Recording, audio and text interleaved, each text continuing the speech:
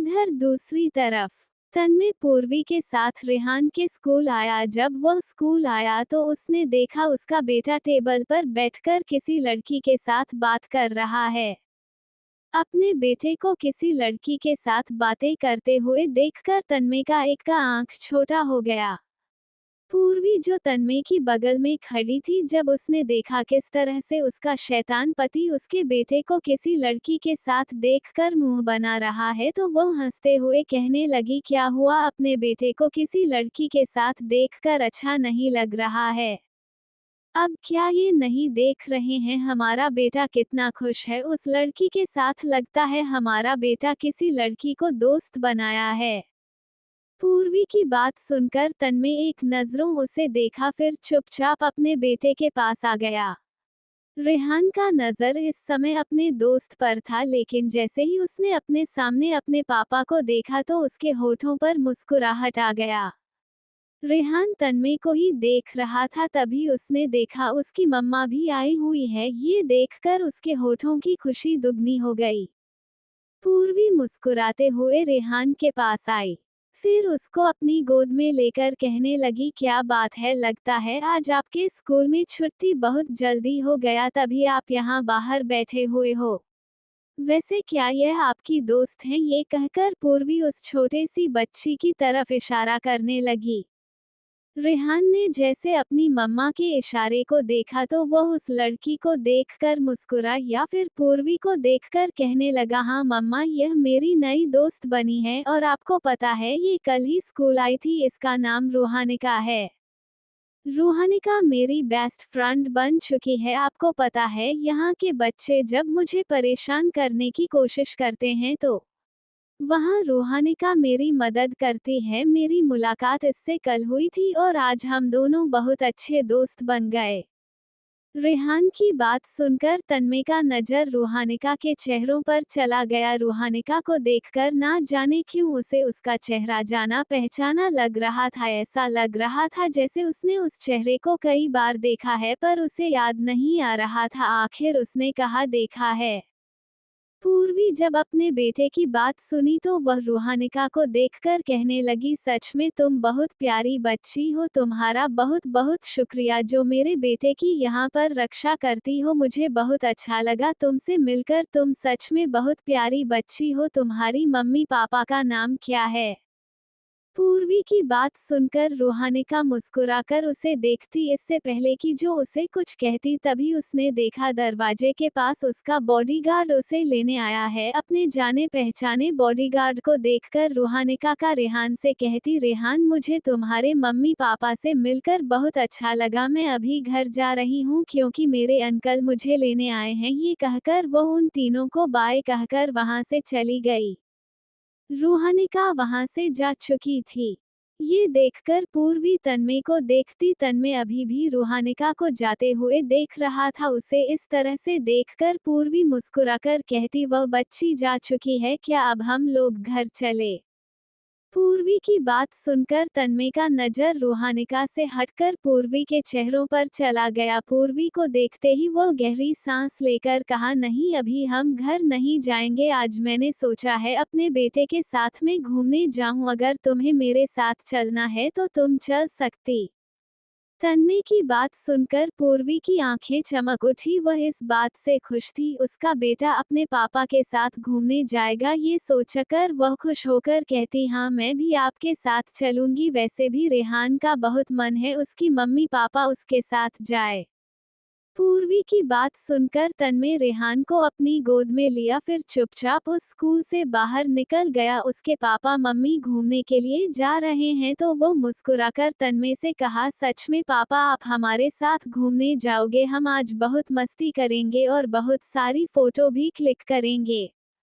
रेहान को इतना खुश देखकर तन्मय के होठों पर मुस्कुराहट आ गया। वो ये देखकर खुश था उसका बेटा आज खुश है। थोड़ी ही देर में वह दोनों समुद्र के तट पर आकर पहुंचे। जब वो दोनों वहां आए तो उन्होंने देखा वहां पर पहले से ही काफी लोग हैं। ये देखकर तन्मय ने पूर्वी से कहा, यहाँ लोगों की भीड़ जमा हो रही है, शाम होते ही यहाँ पर लोग और आने लगेंगे।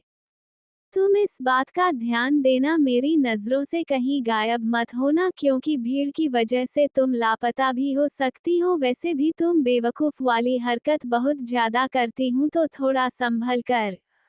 तन्मय की बात सुनकर पूर्वी का मुंह बन गया, क्योंकि तन्मय साफ साफ उसको एक छोटे बच्चे समझ रहा था। ये सोचकर वह गुस्से में कहती, मैं कोई छोटी बच्ची नहीं हूँ जो लापता हो जाऊंगी, मैं अपना ख्याल खुद रख सकती हूँ, आपको मेरी फिक्र करने की कोई भी जरूरत नहीं है। ये कहकर पूर्वी तन्मय से मुंह फेर कर दूसरी तरफ देखने लगी। पूर्वी की बात सुनकर तन्मय उसे इग्नोर किया, फिर चुपचाप अपने बेटे को लेकर समुद्र के पानी की तरफ जाने लगा। जब पूर्वी तन्मय को पानी की तरफ जाते हुए देखी तो वह भी चुपचाप उसके पीछे चली गई। समुद्र के पानी के पास आते हैं पूर्वी खुश होकर पानी में कूदने लगी। उसके चेहरे पर खुशी साफ दिख रहा था। इतने सारे पानी देखकर वो खुश थी, लेकिन शायद वह भूल चुकी थी ठंडे पानी में ज्यादा देर रहना उसके लिए मुसीबत हो सकता है। तन्मय ने देखा किस तरह से पूर्वी पानी में कूद रही है, तो वह रेहान को देखते हुए कहा, लगता है तुम्हारी माँ तुमसे भी उम्र में छोटी है, तभी तो जितनी शरारती तुम नहीं करते हो उससे 2 गुना ज्यादा शरारती तुम्हारी मम्मी करती है। देख रहे हो किस तरह से बच्चों जैसी कूद रही है।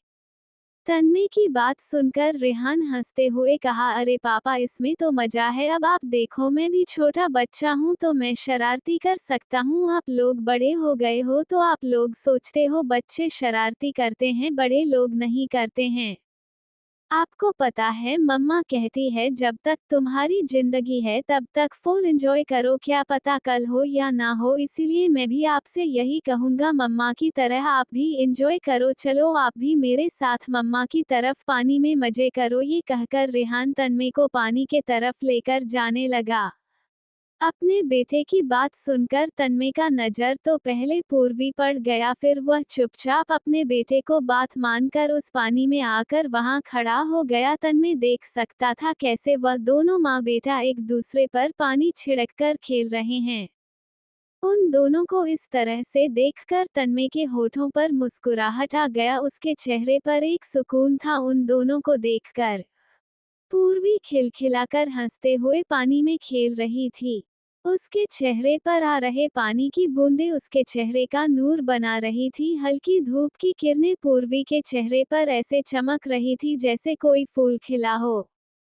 तन्मय जैसे कि पूर्वी के चेहरों में खो सा गया, वह वहां खड़े होकर एकटक पूर्वी को देखे जा रहा था। उसकी मुस्कुराहट, उसके बोलने का तरीका, उसके खुश होने का तरीका, ये सब देखकर उसे अपने दिल में एक अजीब सी महसूस हुई। उसे ऐसा लगा जैसे उसके दिल में एक भारीपन जो था वह कहीं खत्म हो गया है। पूर्वी रेहान एक दूसरे पर पानी छिड़क रहे थे, तभी पूर्वी गलती से पानी तन्मय के चेहरे पर फेंक दी, जिस वजह से तन्मय का पूरा चेहरा भीग गया।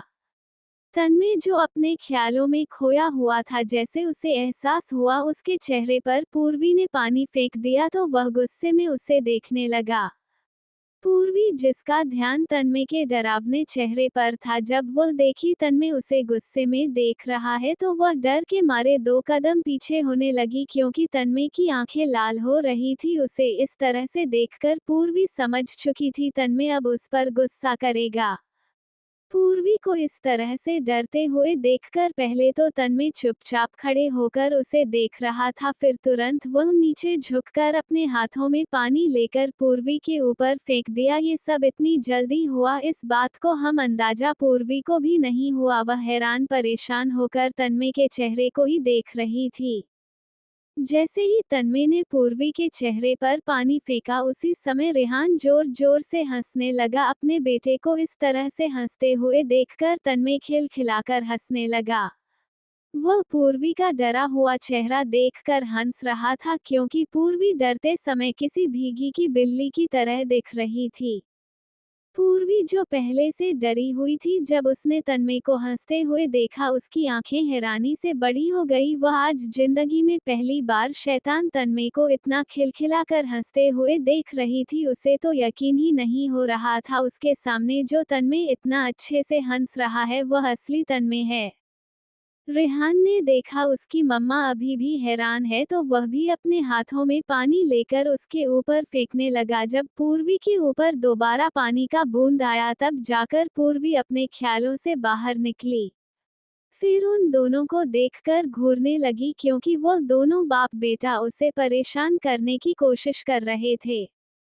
पूर्वी मुंह फुलाकर उन दोनों को ही देख रही थी। जब उन दोनों ने ये देखा तो वह दोनों एक दूसरे को देखकर आंख मारा, फिर पूर्वी के हाथ को पकड़कर उसे पानी में फेंक दिया। पानी ज्यादा गहरा नहीं था जिस वजह से पूर्वी पानी में डूबी नहीं थी, वह बस नीचे गिरी हुई थी और उन दोनों बाप बेटे के शरारती को देख रही थी। पूर्वी दोनों पर गुस्सा आ रहा था क्योंकि वह दोनों मिलकर उसे परेशान कर दिया। उसने सोचा था वह तन्मय को यहाँ आकर परेशान करेगी, पर उसे क्या पता था खुद तन्मय उसे परेशान करने लगेगा। तन्मय ने देखा कैसे पूर्वी मुंह बनाई हुई है तो वह अपने हाथ को साफ किया, फिर पूर्वी के पास आकर अपना हाथ आगे बढ़ाकर कहने लगा, तुम्हें क्या लगा था तुम मुझे यहाँ आकर परेशान करोगी और मैं चुपचाप तुम्हें करने दूंगा? शायद तुम भूल रही हो इस समय तुम तन्मय आहूजा के सामने खड़ी हो और उसके साथ ही रहती हो। चलो अब उठ जाओ वरना फिर से तुम्हें सर्दी हो जाएगी और हॉस्पिटल में तुम्हें एडमिट करना पड़ेगा क्योंकि तुम्हें तो ठंड पानी बर्दाश्त नहीं होता है। याद है ना उस दिन जिस दिन मैंने तुम्हें पुल में धक्का दिया था? तन्मय का बात सुनकर पूर्वी को वह दिन याद आया जिस दिन तन्मय गुस्से में उसको पुल में छोड़ दिया था। ठंड में तड़पते हुए ये याद करते हुए पूर्वी गुस्से में उसे देखने लगी। तभी उसके दिमाग में कुछ आया। वह एक नज़र तन्मय के हाथों को देखी, फिर से शैतानों की तरह मुस्कुरा कर अपने हाथ को आगे बढ़ाकर उसके हाथों पर रखी। इससे पहले कि तन्मय पूर्वी को जमीन से उठा था तभी पूर्वी जो लगाकर तन्मय का हाथ खींचते हुए उसे भी अपने बगल में पानी में गिरा दी। तन्मय को इस बात का अंदाजा बिल्कुल भी नहीं था पूर्वी ऐसा कुछ करेगी। वह सीधे जमीन पर पानी में गिरा हुआ था। तन्मय को इस तरह से देख पूर्वी जोर जोर से हंसने लगी। उसकी हंसी वहां के लोगों को भी सुनाई दे रही थी जिस वजह से वहां के लोग भी उसे देख पा रहे थे। उन दोनों की जोड़ी को देखकर वहां के लोग एक दूसरे से बातें कर रहे थे। उन दोनों की जोड़ी को देखकर उनमें से कई सारे कपल एक दूसरे से लड़ाई भी करने लगे। पूर्वी अभी भी हंसे जा रही थी, उसे इस बात का अंदाजा भी नहीं था वह जिस पर इतना हंस रही है वो कितने गुस्से में उसे देख रहा है। ऑडियो बाय साकिल जैक्स 07। तन्मय गुस्से में पूर्वी को देख रहा था तभी उन दोनों को रेहान की खिलखिलाकर हंसने की आवाज सुनाई दी। रेहान की हंसने की आवाज सुनते ही उन दोनों की नजर एक साथ अपने बेटे के चेहरे पर चले गया। जब उन्होंने देखा कि उसका बेटा इतना खुशी से हंस रहा है तो उन दोनों के चेहरे पर भी मुस्कुराहट आ गया। वह दोनों ही रेहान का हाथ पकड़कर अपने पास पानी में बिठाया। रेहान को खुश देखकर तन्मय और पूर्वी भी बहुत खुश थे। उन तीनों को देखकर वहां मौजूद सारे लोग यही कह रहे थे जैसे एक हैप्पी फैमिली हो। एक हैप्पी फैमिली जैसे अपने परिवार के साथ खुश रहते हैं वैसे ही वह तीनों अभी एक साथ खुश थे। पूर्वी कभी तन्मय को देखती तो कभी उन दोनों बाप बेटे की स्माइल को, क्योंकि उन दोनों की स्माइल बिल्कुल एक जैसी थी।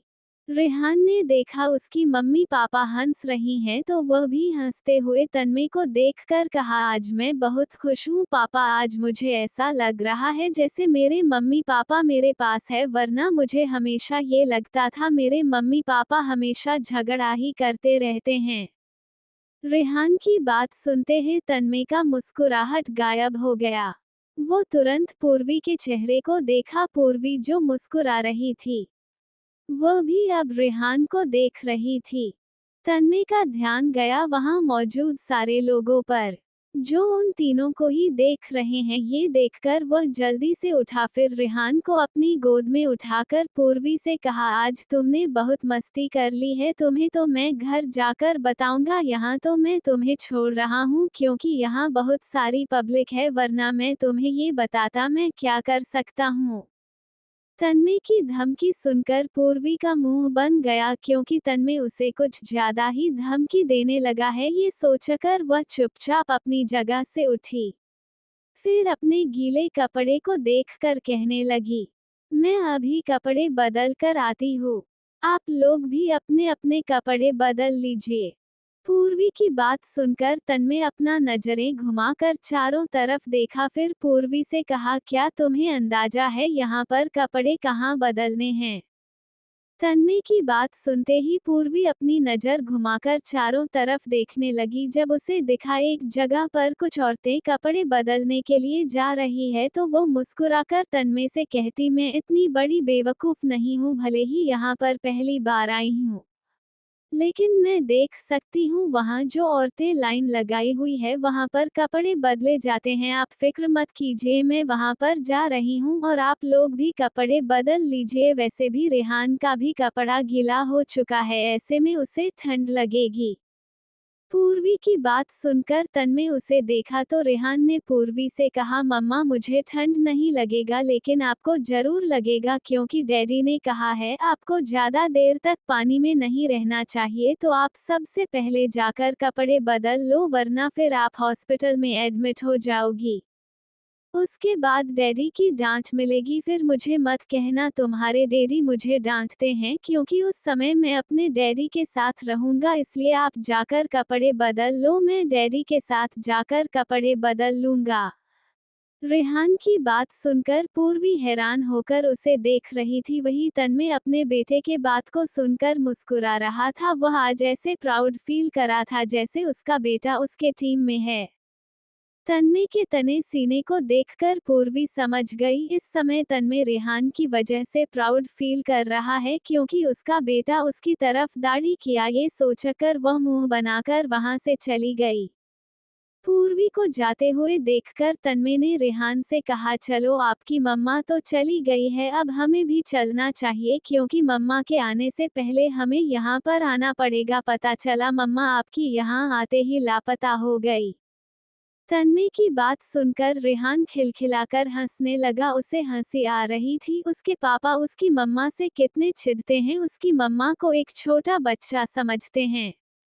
इधर वही समुद्र के तट पर जहां एक नारियल के पानी वाला दुकान लगा हुआ था, उस शॉप के बगल में दो कुर्सी था जिस पर एक लड़की और एक लड़का बैठा हुआ था, साथ में उस दोनों के पास एक छोटा बच्चा भी था। कुर्सी पर बैठा लड़का अपने बगल में बैठी लड़की को देखकर मुस्कुरा कर कहा, क्या तुम भी वही देख रही थी जो मैं देख रहा था? मानना पड़ेगा, शादी को हुए अभी 2-3 महीना भी नहीं हुआ है और मुझे तो यकीन ही नहीं हो रहा है द माफिया अंडरग्राउंड तन्मय आहूजा को किसी से प्यार हो गया है। तुम क्या कह रही हो कृतिका? क्या तुमने देखा कैसे वह तीनों एक हैप्पी फैमिली की तरह देख रहे थे? तुम्हारा बेटा जो तुम्हें देखकर ही गुस्सा होने लगता, आज वही तुम्हारा बेटा अपने माँ बाप के साथ इतना खुश है। उस लड़के की बात सुनकर कृतिका गुस्से में कहती, पहले तो तुम मुझे ये बताओ, स्कूल से यहाँ घूमने के लिए आने का प्लान तुम्हारा था, इसका मतलब क्या तुम्हें पहले से पता था तन्मय अपने बेटे को लेकर यहाँ आएगा? कृतिका की बात सुनकर वो लड़का मुंह बनाकर कहा, क्या तुम्हें पीयूष अग्रवाल इतना बेवकूफ नजर आता है? मैं इतना बड़ा बेवकूफ नहीं हूँ जो तुम्हारी बेटी के साथ यहाँ लेकर आऊंगा, वह भी तब जब मुझे पहले से पता होता तन्मय भी यही आने वाला है।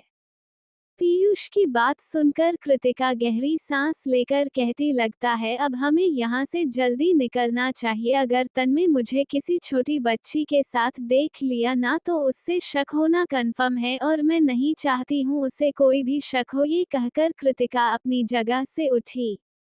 कृतिका को उठते हुए देखकर एक छोटी बच्ची जिसने अपने सर पर कैप लगा रखा था वो कृतिका को देखकर कहती, मम्मा क्या हम जा रहे हैं?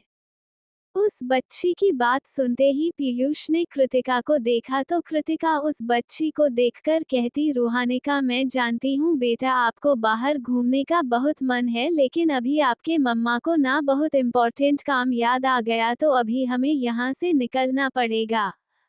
लेकिन आप फिक्र मत करो, जैसे ही आपकी मम्मा का काम पूरा हो जाएगा तो आपकी मम्मा आपको लेकर वापस से घूमने के लिए चलेगी, लेकिन प्लीज अभी आप एक अच्छे बच्चे की तरह अपनी मम्मा की बात मान लो। कृतिका के बात सुनकर रोहानिका की आंखों में आंसू आ गए। वह बिल्कुल भी यहाँ से जाना नहीं चाहती थी। उसका बहुत मन था बाहर घूमने का। एक तो इतने दिनों बाद उसकी मम्मी और पापा एक साथ घूमने के लिए आई थी, वरना वह हमेशा अकेली ही रहती थी। रोहानिका की आंखों में आंसू देखकर पीयूष उसे अपनी गोद में उठाया, फिर उसके गालों को खींचते हुए कहने लगा, देखो बेटा, अब हमें यहाँ से निकलना होगा। देख रहे हो कितना भीड़ आने लगा है। ऐसे में अगर ज्यादा भीड़ हो जाएगा ना तो फिर हमें नुकसान पहुँचेगा। क्या आप चाहती हैं आपकी मोम को, आपके डैडी को कोई चोट पहुंचाए? नहीं ना तो फिर आप हमारी बात अच्छे से मान लीजिए और यहाँ से चलिए। हम जानते हैं आपको बाहर घूमने का बहुत मन है, लेकिन आप फिक्र मत कीजिए। आपकी मम्मा ने प्रॉमिस किया है ना, तो हम अगली बार जरूर अच्छी जगह घूमने जाएंगे। पीयूष की बात सुनकर रोहानिका बच्चों की तरह कहती, आप सच कह रहे हो पापा, आप लोग मुझे दोबारा कहीं घूमने के लिए लेकर चलोगे तो फिर ठीक है, हम यहाँ से जा सकते हैं। आपने हमसे प्रॉमिस किया है तो अगली बार आप दोनों को मुझे घुमाने के लिए लेकर जाना पड़ेगा। रोहानिका की बात सुनकर कृतिका मुस्कुराते हुए कहती, हाँ बेटा, हम आपको घुमाने के लिए जरूर लेकर चलेंगे। ठीक है, ये कहकर कृतिका उन दोनों साथ वहां से जल्दी निकल गई। इधर तन्मय जैसे ही अपने कपड़े बदलकर अपने बेटे के साथ उसी जगह पर आया जहां पर उसने पूर्वी को जाते हुए देखा था। उसने देखा पूर्वी अभी तक नहीं आई। ये देखकर उसने अपने बेटे से कहा, मैंने आपसे कहा था ना, आपकी मम्मा के आने से पहले ही हम यहाँ पहुँच जाएंगे। तन्मय की बात सुनकर रेहान मुस्कुराते हुए कहा, हाँ पापा, आप सही कह रहे हो। देखो ना, अभी तक मम्मा नहीं आई है। लगता है उन्हें कपड़े बदलने में ज्यादा समय लग रहे हैं। कोई नहीं, जब तक मम्मा नहीं जाती है तब तक हम यहाँ रहकर उनका इंतजार करेंगे। रेहान की बात सुनकर तन्मय उसे देखकर मुस्कुराया, फिर वहां खड़े रहकर पूर्वी का इंतजार करने लगा। समय बीतता गया लेकिन पूर्वी अभी तक नहीं आई। ये देखकर तन्मय ने वापस उसी जगह देखा जहां पर पूर्वी गई हुई थी। काफी समय बीत चुके थे लेकिन पूर्वी को आते हुए ना देखकर तन्मय ने अपने फोन को निकाला। समय को देखते ही तन्मय का आंखें हैरानी से बड़ा हो गया, क्योंकि पूर्वी को गए हुए घंटे बीत चुके थे। ऐसे में अगर लेडीज साइड लंबी लाइन भी लगी होती तो पूर्वी को इतना समय नहीं लगता। ये सोचकर वह जल्दी से लेडीज वाले साइड पर आया। वह आते हैं उससे देखा वह जगह खाली हो चुकी है। ऑलमोस्ट काफी लोग वहां से कपड़े बदल कर जा चुके हैं। बस गिने चुने ही लोग हैं जो अभी भी अंदर जा रहे हैं।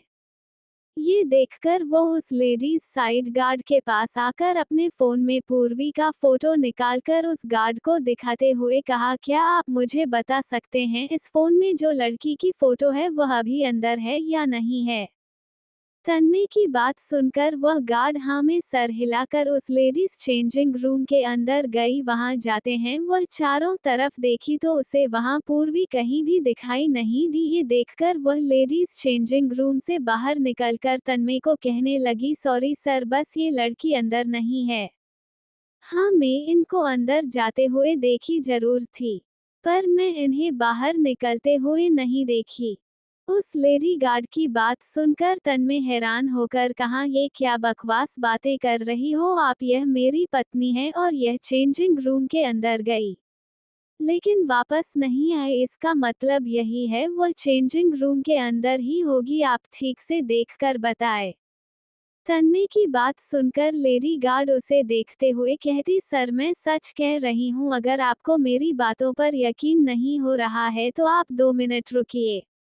मैं सारी लेडीज को बाहर निकालती हूँ, फिर आप खुद चेक कर लीजिएगा। ये कहकर वह जल्दी से चेंज रूम के अंदर गई, फिर उन सारी लेडीजों को कपड़े बदलवा कर जल्दी से बाहर निकलवाए। जब लेडीज गार्ड देखी सारी औरतें बाहर निकल चुकी है तो वह तन्मय को अंदर की तरफ जाने का इशारा करते हुए कहती, सर आप अंदर जाकर चेक कर सकते हैं, अब अंदर कोई नहीं है, मैं खुद चारों तरफ देख कर आई हूँ। लेडी गार्ड ने इतना ही कहा था तभी तन्मय उसे बिना कुछ बोले चुपचाप उस चेंजिंग रूम के अंदर आया। चेंजिंग रूम के अंदर आते ही उसने देखा वहां तो पूर्वी कहीं भी नहीं है। वो जगह ज्यादा बड़ा नहीं था जिस वजह से कोई भी कह सकता था यहाँ पर उन दोनों के अलावा कोई नहीं है।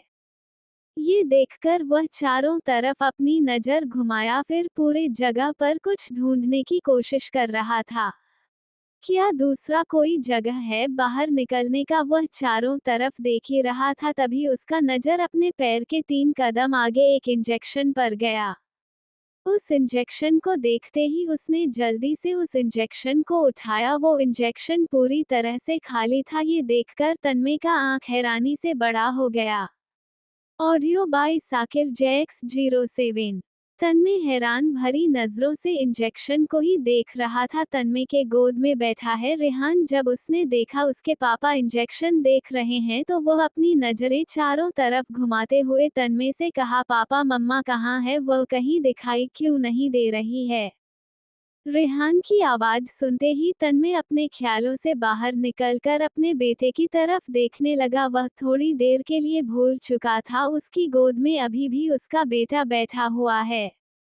रेहान को देखते हैं तन्मय जल्दी से इंजेक्शन को अपनी मुट्ठी में दबा या फिर रेहान को देखकर कहने लगा, शायद आपकी मम्मा को कुछ काम याद आ गया जिस वजह से वह यहाँ से चली गई है। आप भी चलिए, हमें यहाँ से निकलना चाहिए। ये कहकर तन्मय तुरंत वहाँ से निकला।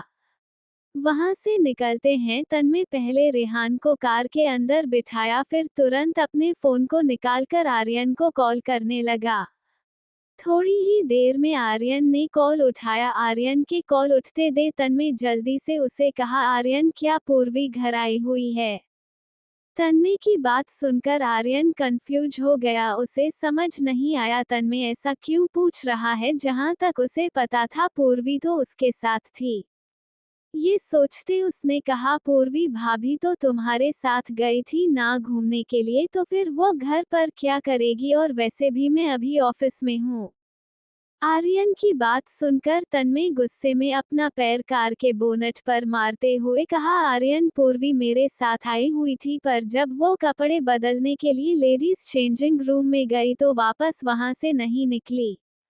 तुम जल्द से जल्द पता करके बताओ उस जगह पर जितने भी लोग आए थे उनमें से कौन मेरा दुश्मन आया था, क्योंकि यहाँ आते समय एंट्री लिखा जाता है, यानी कि जो जो अंदर आया है उन सब का नाम लिखा गया है। तुम जल्द से जल्द पता करके बताओ, मैं तुरंत घर आ रहा हूँ। तन्मय की बात सुनकर आर्यन हैरान होकर कहा, क्या कहा तुमने? पूर्वी भाभी गायब हो चुकी है तुम्हारे वहाँ रहते हुए? ये कैसे हो सकता है? मुझे तो शक है कहीं हमारी दादी का काम तो नहीं है। देखो, ये बात तुम भी जानते हो, दादी को पूर्वी भाभी बिल्कुल भी पसंद नहीं है। ऐसे में पूर्वी भाभी का गायब होना तो सारा शक उन पर ही जा रहा है। आर्यन ने इतना ही कहा था कि तन्मय गुस्से में फोन कट करके अपनी कार में बैठा, फिर वहां से जल्दी निकल गया। आर्यन ने जैसे ही देखा तन्मय फोन काट दिया है तो वो केबिन से बाहर निकलकर किसी को कॉल करके वहां से निकल गया। उसे अब वहां जाकर पता करना था आखिर उस जगह घूमने के लिए कौन कौन लोग गया हुआ था। इधर थोड़ी ही देर तन्मय रेहान को लेकर आहूजा मेंशन पहुंच चुका था। घर के अंदर आते ही वो स्टाफ से रेहान को कमरे में भेजकर खुद वहीं रुक गया। काजल आहूजा वहीं पर मौजूद थी। जब उन्होंने देखा उसका बेटा गुस्से में वो खड़ा है तो वो हैरान परेशान होकर तन्मय से कहने लगी, क्या हुआ तन्मय, तुम इतने गुस्से में क्यों हो? काजल आहूजा की बात सुनकर वो उनकी बातों को इग्नोर किया, फिर चिल्लाते हुए कहा, दादी अगर आप कमरे में मौजूद है तो कृपया करके मेरे सामने आइए। तन्मय की बात सुनकर काजल आहूजा की आंखें हैरानी से बड़ी हो गई। उन्हें यकीन ही नहीं हो रहा था तन्मय अपनी दादी से गुस्से में बातें करेगा। काजल बहुत अच्छे से जानती थी तुलसी आहूजा को प्यार सबसे ज्यादा अपने पोते से है। अगर उसका पोता उसी खिलाफ चल गया तो वह सह नहीं पाएगी। यह सोचकर वह तन्मय से कहती, क्या हुआ तन्मय, तुम आज फिर दादी को इस तरह से क्यों बुला रहे हो? तन्मय ने जैसे ही अपनी माँ की बातों को सुना तो वो उनको देखने लगा। इससे पहले कि वो उन्हें कुछ कहता तभी उसने देखा सभी लोग वहाँ चुके हैं और उन सभी लोगों में से एक देव आहूजा और तुलसी आहूजा भी थे। तुलसी आहूजा को देखते हैं तन्मय गुस्से में कहा, कल मैंने आपसे क्या कहा था, आपके अंदर जितने भी गिले शिकवे हैं उन सब को भूल जाए और पूर्वी को कोई भी नुकसान मत पहुंचाए। तो फिर आज आपने पूर्वी को किडनैप क्यों करवाया? मैं जानता हूँ आपको पूर्वी नहीं है पसंद, तो फिर आप क्यों उसे किडनैप करवाकर बार बार नुकसान पहुँचाने की कोशिश करती हैं? अगर आपको इतनी प्रॉब्लम है तो आप बोल दीजिए, मैं अपनी पत्नी और अपने बच्चे के साथ घर चले जाऊंगा। तन्मय की बात सुनकर वहां मौजूद सभी लोग हैरान होकर तुलसी आहूजा को देख रहे थे। किसी को तन्मय की बातों पर यकीन ही नहीं हो रहा था। कल के हुए तमाशे के बाद सबको यही लग रहा था तुलसी आहूजा शायद अब कोई घटिया काम नहीं करेगी, लेकिन आज की बात सुनकर उन सबको यकीन नहीं हुआ। तुलसी आहूजा भी हैरान होकर अपने पोते को देख रही थी। उन्हें समझ नहीं आ रहा था आखिर उनका पोता कहना क्या चाहता है। हाँ, ये सच था, उन्हें अभी भी पूर्वी नहीं पसंद, लेकिन इसका मतलब यह नहीं वह इतनी जल्दी अपना काम शुरू कर देगी। यह सोचकर वह तन्मय से कहती, ये तुम क्या कह रहे हो तन्मय? मैं जानती हूँ तुम सभी को पता चल चुका है मुझे पूर्वी नहीं पसंद है और उसको मैं घर से निकाला चाहती हूँ, लेकिन इसका मतलब यह नहीं मैं हर समय यही काम करती रहूंगी। मुझे नहीं पता पूर्वी को किसने किडनैप किया है, मैं पूर्वी को किडनैप नहीं करवाई हूँ और यह मैं खुलकर कह सकती हूँ। तुम्हें मेरी बातों पर यकीन नहीं हो रहा है? सच में तुम्हें लग रहा है तुम्हारी दादी ऐसा कर सकती हैं? नो, मैं पहले जो की हूँ वह सब जानने के बाद तुम सबको मुझ पर यकीन नहीं होगा, लेकिन आज यकीन करना पड़ेगा। मैं पूर्वी को किडनैप नहीं करवाई हूँ, मैं तो सुबह से ही घर में हूँ, बाहर तक नहीं गई हूँ। तुलसी आहूजा की बात सुनकर तन्मय गुस्से में उन्हें देखा। इससे पहले कि वो उन्हें कुछ कहता था अभी उसका फोन बजा। फोन पर आर्यन का कॉल आया था। ये देखकर वह तुरंत घर से बाहर निकला। भूमि भी वहीं पर थी। जब उसे पता चला उसकी बहन किडनैप हो गई है तो उसके चेहरे पर परेशानी दिखने लगा। काजल आहूजा ने देखा किस तरह से भूमि परेशान हो रही है तो वह जल्दी से उसके पास आए और उसे संभालने लगी। इधर तन्मय घर से निकलने के बाद सीधे अपनी कार में आकर बैठा। कार में बैठते ही उसने आर्यन के कॉल को उठाया तो फोन की दूसरी तरफ से आर्यन ने कहा, मैं वहां जाकर पता करवाया हूँ, मुझे पता चला है वहां पर कृतिका अग्रवाल गई थी अपने पति के साथ। मैंने समय भी देखा, उसकी एंट्री तुम्हारे एंट्री से पहले थी और जब वह बाहर निकली तो उसके सिग्नेचर भी थी और बाहर निकलने का समय भी लिखा हुआ था। वो समय था तुम्हारे वहां से निकलने के कुछ घंटे पहले का। तुम्हें क्या लगता है पूर्वी भाभी को किडनैप वो कृतिका अग्रवाल ने की होगी? आर्यन की बात सुनकर तन्मय कार की स्पीड को फुल करते हुए गुस्से में कहा, मुझे अभी कुछ भी पता नहीं है। जब मैं चेंजिंग रूम में गया तो मुझे इंजेक्शन दिखा और उस इंजेक्शन पर साफ साफ लिखा हुआ था वह किसी एंटीडोट का इंजेक्शन है जिससे इंसान बेहोश हो जाता है, यानी कि कोई इंसान अंदर जाकर पूर्वी को इंजेक्शन दिया। इंजेक्शन का असर हुआ तो पूर्वी बेहोश हो गई। पूर्वी के बेहोश होते ही उस इंसान ने पूर्वी को अच्छे से कवर करके बाहर भी निकल गया, जिस वजह से वहां पर खड़ी लेडी गार्ड ने पूर्वी को नहीं देखी। वो लेडीज चेंजिंग रूम है, इसका मतलब यही है उस चेंजिंग रूम में कोई औरत या फिर लड़की है जा सकती है, ना कि कोई मर्द। तो किसी लड़की या औरत ने ही पूर्वी को किडनैप किया है और तुमने कहा है वहां पर कृतिका अग्रवाल भी थी। मैं अभी अग्रवाल मेंशन जा रहा हूँ, अगर वो कृतिका ने ये सब की होगी तो मुझसे बुरा कोई नहीं होगा। ये कहकर उसे तुरंत कॉल कट कर दिया। आर्यन ने जैसे ही तन्मय के बातों को सुना तो वो परेशान होकर अपने सर पर हाथ रख कर कहा, अगर तन्मय गुस्से में कृतिका पर हमला कर दिया तो ना जाने वो कृतिका अग्रवाल आगे क्या करेगी। मैं उस लड़कियों को बहुत अच्छे से जानता हूँ। जब उस लड़की को पता चल जाएगा पूर्वी किडनैप हो चुको है तो वह इस चीज को एक मिर्ची की तरह न्यूज में फैला देगी।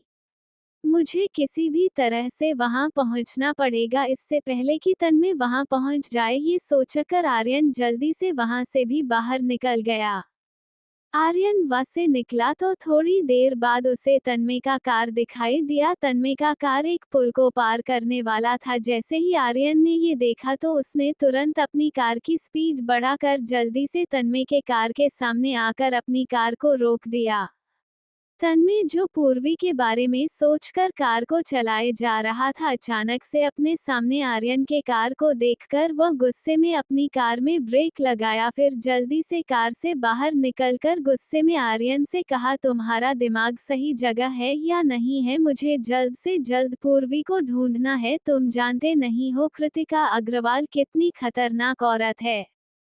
तन्मय की बात सुनकर आर्यन परेशान भरी आवाज में कहा, कृतिका ने पूर्वी भाभी को किडनैप नहीं करवाई है, ये गारंटी के साथ कह सकता हूँ, क्योंकि जिस समय पूर्वी भाभी चेंजिंग रूम के अंदर गई थी उससे पहले ही कृतिका वहां से बाहर निकल चुकी थी, तो ये कैसे पॉसिबल हो सकता है?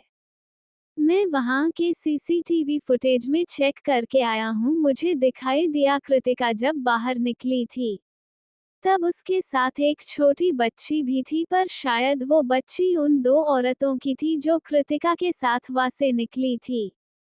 जब मैंने दूसरा सीसीटीवी फुटेज चेक किया तब मैंने देखा जिस समय कृतिका बाहर निकली थी उस समय पूर्वी भाभी चेंजिंग रूम के बाहर लाइन में लगी हुई थी।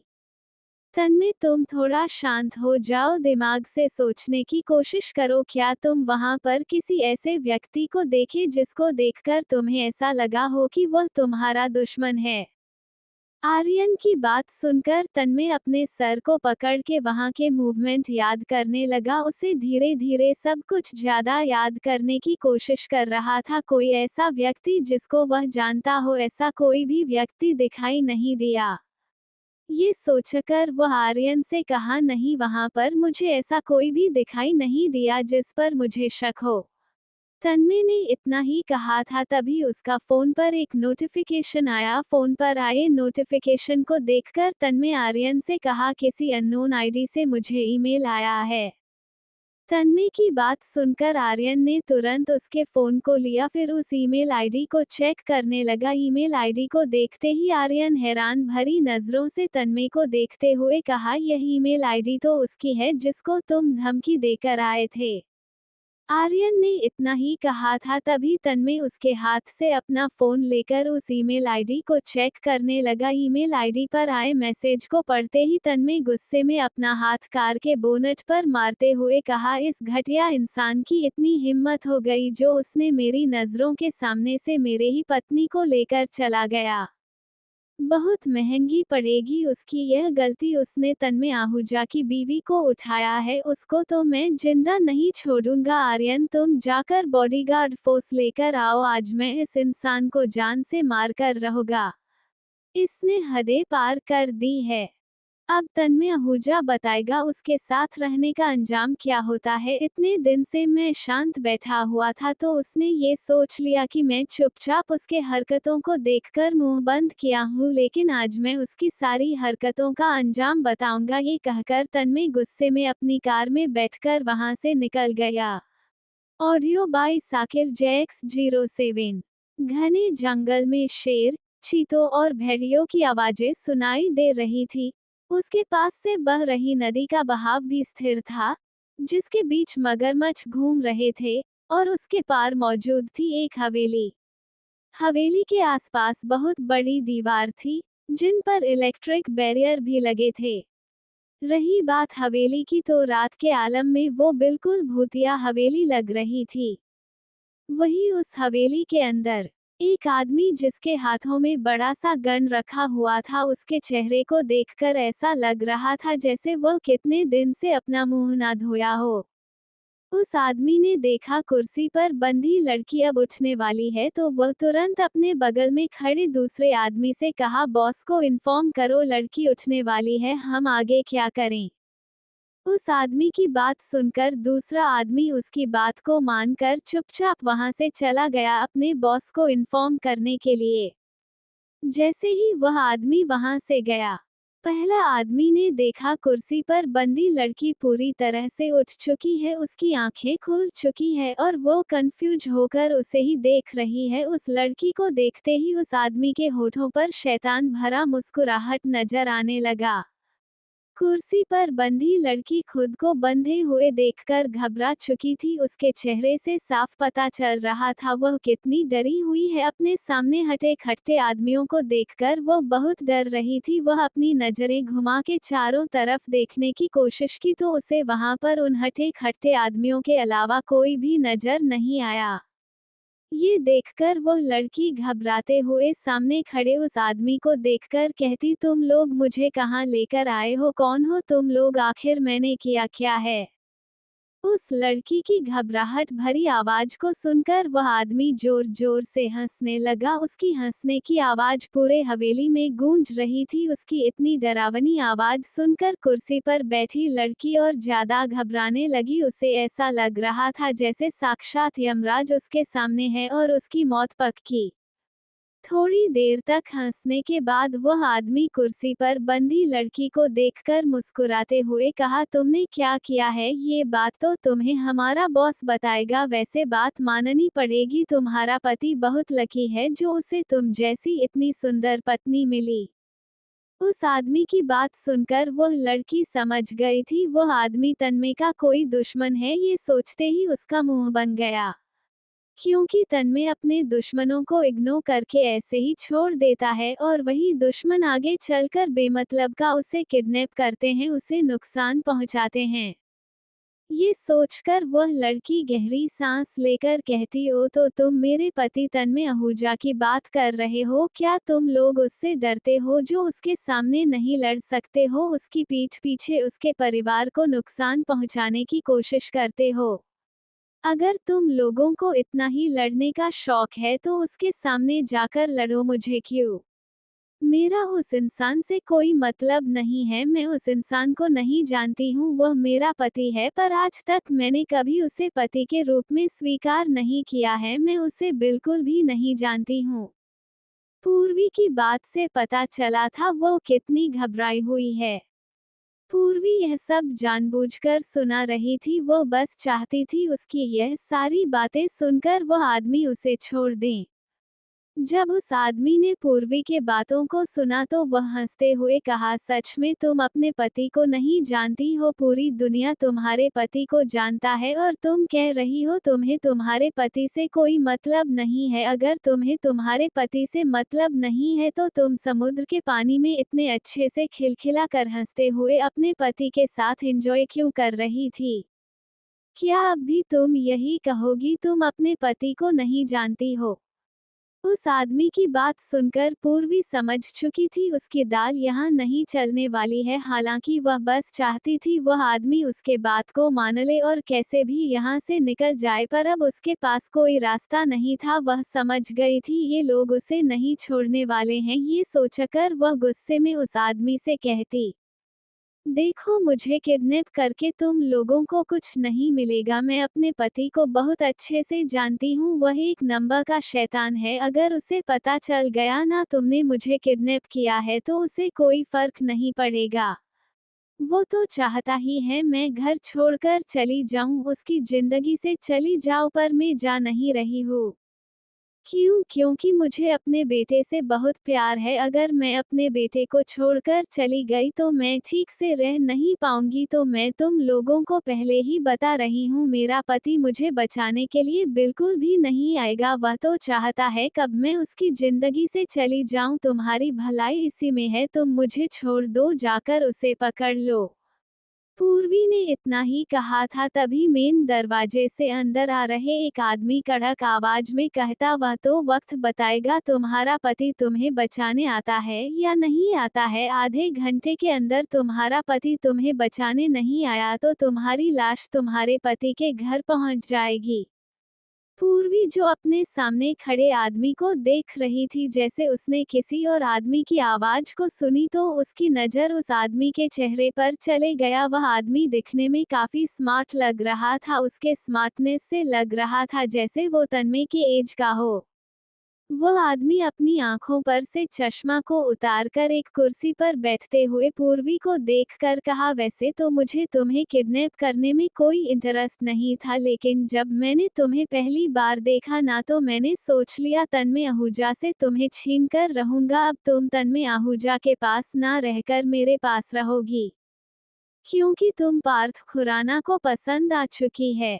और पार्थ खुराना जिसे एक बार पसंद कर लेता है उसे कभी भी अपनी नजरों से कहीं भी जाने नहीं देता है। मैंने सुना है तुम्हारा शादी एक धोखे से हुआ है।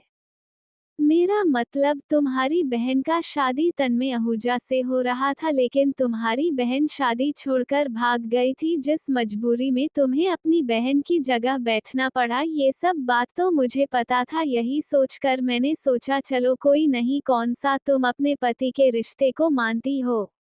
तुम चाहो तो मेरे पास आ सकती हो, अगर तुम मेरे पास आ गई तो मैं तुम्हें एक रानी की तरह रखूंगा। मैं ये बहुत अच्छे से जानता हूँ तुम्हारा पति तुम्हें खास पसंद नहीं करता है, वो मजबूरी में तुम्हें अपने पास रखा है क्योंकि उसके बेटे को तुम पसंद हो। अगर तुम मेरे पास आ गई तो पूरी दुनिया तुम्हारे कदमों में होगी। सोच लो, मुझ जैसा प्यार करने वाला तुम्हें कहीं नहीं मिलेगा। पार्थ खुराना की बात सुनकर के पूर्वी की नजरें उसको ऊपर से नीचे देख रही थी। उसको इस तरह से देखने के बाद पूर्वी हंसते हुए कहती, सच में तुम पूरी दुनिया मेरे कदमों में ला कर रख दोगे, पर अफसोस मुझे पूरी दुनिया नहीं चाहिए, मैं अपने पति और बच्चे के साथ खुश हूँ। पूर्वी ने इतना ही कहा था, तभी वह आदमी जो पहले से ही पूर्वी से बातें करा था वो उसे बीच में रोकते हुए कहा, एक मिनट, अभी अभी तुमने तो कहा था तुम अपने पति से प्यार नहीं करती हो, बस मजबूरी में उसके साथ रह रही हो। तो फिर तुम्हें ये क्यों कह रही हो तुम अपने पति के साथ बहुत खुश हो। उस आदमी की बात सुनकर पूर्वी चिढ़ते हुए कहती, अबे गधे, मैं तब से तुझे उल्लू बनाने की कोशिश कर रही थी, पर तू तो उल्लू है। खैर, मुझे तुझसे बात नहीं करना है, तेरे बॉस से बात करना है। हाँ तो मिस्टर पार्थ खुराना, क्या कहा था तुमने, पूरी दुनिया तुम मेरे कदमों में ला कर रख दोगे। तो मैं तुम्हें क्लियर बता रही हूँ, मुझे तुम्हारी ये दुनिया नहीं चाहिए, मैं अपनी दुनिया में बहुत खुश हूँ जहाँ पर मेरा प्यारा सा परिवार है। तुमने जो मुझे किडनैप किया है ना, बस मेरे पति को पता चल जाने दो, उसके बाद वह तुम लोगों को जिंदा नहीं छोड़ेगा। तुम लोग जानते नहीं हो, वह एक नंबर का शैतान है। अगर एक बार तुम लोगों उसकी आंखों में देख लिए ना तो वह तुम्हारी आंखों को नोच खाएगा। उसकी आंखों में आंखें डालकर सिर्फ मैं देख सकती हूँ, क्योंकि मुझे उसे बिल्कुल भी डर नहीं लगता है, लेकिन अगर तुम लोगों ने देखने की हिम्मत की ना तो वह तुम्हें वहीं पर राम राम सत्य कर देगा। पूर्वी की इतनी धमकी भरी बातों को सुनकर पार्थ गुस्से में अपनी जगह से उठा, फिर अपना पैर कुर्सी पर जोर से मारते हुए कहा, अगर तुम्हारा पति शैतान है तो मैं शैतानों का राजा हूँ। तुम्हें किसने कह दिया तुम्हारा पति तुम्हें बचाने आएगा। उसे तो 2 घंटा पहले ही पता चल चुका है तुम किडनैप हो चुकी हो और अब तक वो तुम्हें बचाने नहीं आया। सोचो, इतने देर हो गए हैं और उसने कुछ किया नहीं है, इसका मतलब यही है उसे तुमसे कोई मतलब नहीं है। अगर तुम मेरे पास आ जाओगी तो मैं 2 मिनट के अंदर उस तन्मय आहूजा को खत्म कर सकता हूँ। पार्थ ने इतना कहा था, तभी एक बंदूक चलने की आवाज आई। बंदूक चलने की आवाज सुनते ही वहां मौजूद सभी लोगों की नजर दरवाजे के पास खड़े तन्मय पर चला गया। तन्मय की आंखें किसी अंगारे की तरह जल रही थी। उसकी आंखों को देखकर साफ लग रहा था वह अभी कितने गुस्से में है। पूर्वी जो कुर्सी पर बैठी हुई थी, जब वो देखी तन्मय आ चुका है तो वह हंसते हुए पार्थ से कहती, मैं बोली थी ना मेरा पति मुझे बचाने जरूर आएगा, और तुमने शैतान को बुलाया है तो शैतान की मार भी खाओ। पूर्वी की बात सुनकर पार्थ ने अपनी पॉकेट से बंदूक निकलकर उसके सर पर रखकर गुस्से में तन्मय से कहा, तन्मय आहूजा, अगर तुमने दोबारा बंदूक चलाने की हिम्मत की तो तुम्हारी पत्नी को मैं यहीं खत्म कर दूंगा। पार्थ की बात सुनकर तन्मय का नजर पूर्वी पड़ गया। पूर्वी को देखते ही एक पल के लिए तन्मय को सुकून सा मिला। इतनी देर से जब उसने पूर्वी को अपनी नजरों के सामने नहीं देखा तो उसे ऐसा लग रहा था जैसे उसकी दुनिया ही पलट चुकी है। इस बारे में उसे भी अंदाजा नहीं था आखिर उसके साथ ऐसा क्यों हो रहा है। शायद पूर्वी की तरफ खिंचाव। ये सोचकर तन्मय गुस्से में पार्थ को देखकर कहा, अगर तूने मेरी पत्नी को हाथ लगाने का भी कोशिश किया ना तो मैं तेरा हाथ तोड़ के रख दूंगा। तेरा हिम्मत कैसे हो मेरी पत्नी को किडनैप करने का। तन्मय की बात सुनकर पूर्वी के कान खड़े हो गए। उसे यकीन ही नहीं हो रहा था तन्मय उसे मेरी पत्नी कह रहा है, भले ही वह पार्थ और उसके आदमियों से कहे जा रही थी तन्मय मेरा पति है, बहुत अच्छा है, पर वह सब दिखावा कर रही थी। लेकिन उसे क्या पता था तन्मय भी इस तरह से दिखावा करेगा। पार्थ ने जैसे ही तन्मय के बातों को सुना तो वह हंसते हुए कहा, क्या बात है, तुम्हें पता है तुम्हारी पत्नी भी ना तभी से यही रट लगाई हुई है, मेरा पति मुझे बचाने जरूर आएगा। मुझे उसकी बातों पर यकीन नहीं हुआ, पर अफसोस काश मैं उसकी बातों पर यकीन कर लेता। मुझे क्या पता था तुम सच में अपनी पत्नी को बचाने आओगे, क्योंकि तुम अपनी पत्नी से प्यार ही नहीं करते हो, उसे बस समझौते के तौर पर अपने पास रखे हो। मेरी बात मानो, इसे यहीं छोड़कर चुपचाप चले जाओ। अगर तुम इस लड़की को यहाँ छोड़कर चले गए तो मैं अपनी सारी दुश्मनी माफ कर दूंगा, मैं भूल जाऊंगा हमारी कोई दुश्मनी भी, तुम बस मुझे अपनी पत्नी सौंप दो। Audio bye Sakir JX07। Partha की बात सुनकर तन्मय आंख गुस्सा से लाल होने लगा। उसके चेहरे से लग रहा था जैसे वह अभी पार्थ की जान ले लेगा। वहीं पूर्वी जो पार्थ के कब्जे में थी, जब उसने सुना किस तरह से पार्थ धमकी दे रहा है तो वह गुस्से में उसको खुद से दूर की चिल्ला कर कहने लगी, 1 मिनट, क्या कहा, मुझे पाने की बात कर रहे हो? क्या तुम मुझसे ये पूछे मेरी मर्जी क्या है? पूर्वी की बात सुनकर पार्थ ने तुरंत उसके हाथ को पकड़ के बंदूक उसके सर पर रखते हुए कहा, अगर और बोलने की कोशिश की ना तो ये बंदूक की गोली तुम्हारे साथ साथ तुम्हारे पति पर भी चलेगा। क्या तुम चाहती हो मैं तुम्हारी आंखों के सामने तुम्हारे पति को मार दूं? पार्थ की बात सुनकर पूर्वी का नजर तन्मय के चेहरे पर गया। तन्मय को देखते ही पूर्वी मुंह बनाकर पार्थ से बोली, देखो, तुमको जिसे मारना है तुम मारो, लेकिन मुझे जाने दो, मुझे इन सब झमेले में बिल्कुल भी नहीं पड़ना है। तुम्हारी दुश्मनी तन्मय आहूजा के साथ है तो अपनी दुश्मन उसके साथ ही निभाओ, मेरे साथ नहीं। अगर तुम्हें तन्मय आहूजा को मारना है तो तुम उसे मार सकते हो, मैं तुम्हें नहीं रोकूंगी। मैं तो चाहती हूँ ये इस दुनिया से चले जाए, कम से कम मुझे शांति मिलेगा। ये कहकर पूर्वी तन्मय को देखने लगी। पूर्वी की बात को सुनकर तन्मय हैरान और गुस्से में पूर्वी को देख रहा था। उसे यकीन नहीं हो रहा था पूर्वी उसको मारने की बात कर रही है, लेकिन जैसे उसने पूर्वी के इशारे को देखा तो वह समझ गया ये सब वह जानबूझकर कहने की कोशिश कर रही, ताकि पार्थ का ध्यान भटक सके। पूर्वी के इशारे को देखते तन्मय उसे पलके झपकाकर इशारा किया जैसे वह उसके इशारे को समझ चुका है। जब पूर्वी देखी तन्मय उसके इशारों को समझ गया तो वह एक नजर पार्थ को देखी जो गुस्से में तन्मय कोई देख रहा था। ये देखते ही पूर्वी तुरंत एक झटके में ही पार्थ से दूर होकर जल्दी से तन्मय के पास आ गई। पूर्वी को अपने पास देखकर तन्मय बिना वक्त गवाए जल्दी से उसे कसकर गले लगा लिया। उसे इस बात का अंदाजा ही नहीं था वह अभी अपने दुश्मनों के बीच में फंसा हुआ है, उसे बस फिक्र थी पूर्वी की कहीं उसे कुछ हो तो नहीं गया है। यही सब सोचकर उसने पूर्वी को तुरंत गले लगा लिया। पूर्वी जो अपनी जीत पर मुस्कुरा रही थी, जैसे ही वह देखी किस तरह से तन्मय उसे गले लगाया है तो उसके हाथ हवा में रुक गए।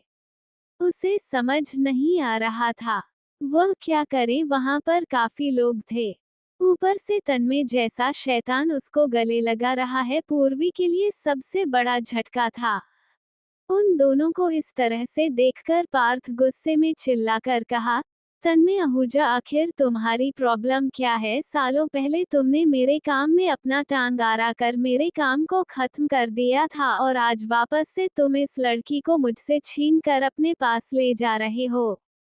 पार्थ की बात सुनकर तन्मय को एहसास हुआ वह पूर्वी के गले लगे हुआ है। ये देखकर वह जल्दी से पूर्वी से दूर हुआ, फिर पार्थ को देखने लगा। पार्थ को देखते ही तन्मय को वह सारे दिन याद आ गए जो पहले पार्थ ने उसके साथ किया हुआ था। वह सारे दिन याद करते ही उसने गुस्से में पार्थ को देखते हुए कहा, तुम आज भी नहीं सुधरे हो। सालों पहले भी तुम गलत कर रहे थे और आज भी तुम गलत कर रहे हो, और आज तो तुमने हद पार कर दी। मेरी बेबी को मेरे सामने मुझसे सौदा करने की हिम्मत कर रहे हो तुम। ये कहकर तन्मय गुस्से में पार्थ के पास आया, उसे मारने लगा। उसे बार बार पार्थ के कहे हुए बात याद आ रहे थे जब पार्थ पूर्वी का सौदा का बात कर रहा था। यही बात तन्मय की कानों में गूंज रहे थे। उसे ऐसा लग रहा था जैसे ना जाने किसी ने उसे क्या कह दिया हो, जिसे सुनने के बाद वह अपना आपा ही खो बैठा। इस समय तन्मय के ऊपर गुस्से का भूत सवार था। वह किसी की सुनना नहीं चाहता था, बस अपना ही मनमानी करना चाहता था। वह बिना रुके पार्थ को मारे जा रहा था।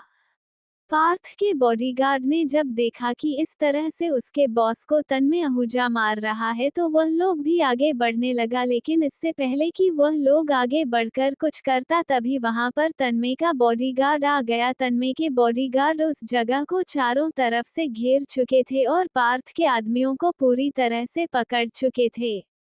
अब तक आर्यन भी वहां पहुंच चुका था। आर्यन ने देखा किस तरह से तन्मय पार्थ को मारे जा रहा है तो वह भागकर उसके पास आया, फिर जल्दी से उन दोनों को एक दूसरे से अलग किया।